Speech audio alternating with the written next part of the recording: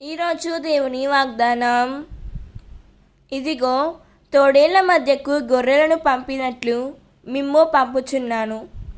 కనుక సర్పముల వలె తెలివితో, పావురముల వలె నిష్కపటులై మెలుగుడు. మనుషులను గూర్చి జాగ్రత్తపడుడు. వారు మిమ్ము న్యాయస్థానములకు అప్పగించి ప్రార్థనా మందిరములో కొరడాలతో కొట్టించెరు.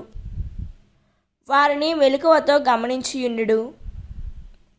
మత్తయి సువార్త 10వ అధ్యాయం 16వ వచనం.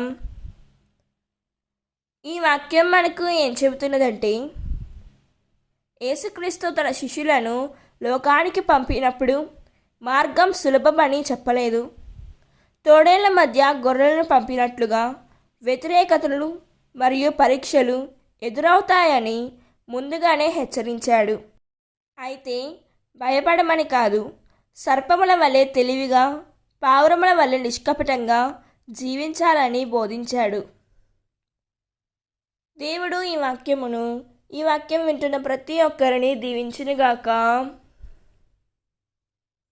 ప్రార్థన.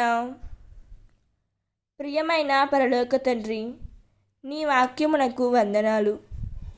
ఈ లోకంలో ఎన్నో పరీక్షలు, వ్యతిరేకతలు ఎదురైనప్పటికీ భయపడకుండా నీపై నమ్మకంతో నిలబడే ధైర్యాన్ని మాకు అనుగ్రహించుము.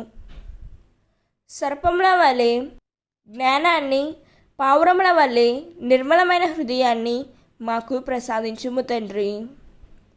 ప్రభువా, ప్రతి పరిస్థితిలో సరైన నిర్ణయాలు తీసుకునే వివేకాన్ని ఇచ్చి నీ నామాన్ని మహిమపరిచే జీవితాన్ని జీవించేందుకు మమ్మల్ని నడిపించుము తండ్రి. ఆమేన్. God bless you.